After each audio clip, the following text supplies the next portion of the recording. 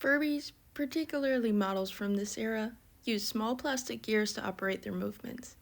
If these gears are tightly meshed or a component is slightly misaligned, the motor can jam, causing the toy to enter an error state. This often manifests as a repetitive or incomplete movement cycle as the internal computer tries unsuccessfully to complete the action.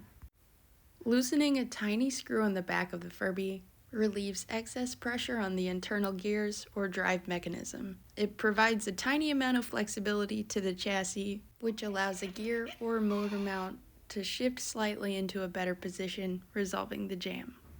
If loosening the sync screw doesn't work, you can perform a hard reset, but I will have a video for that soon.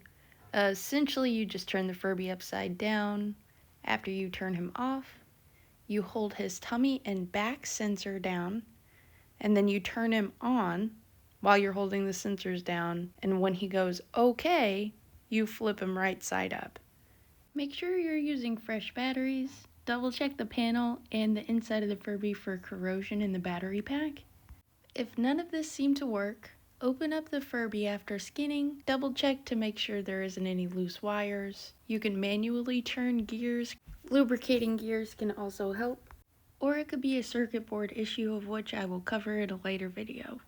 If there's anything else you would like to see, please let me know in the comments. Thank you for watching.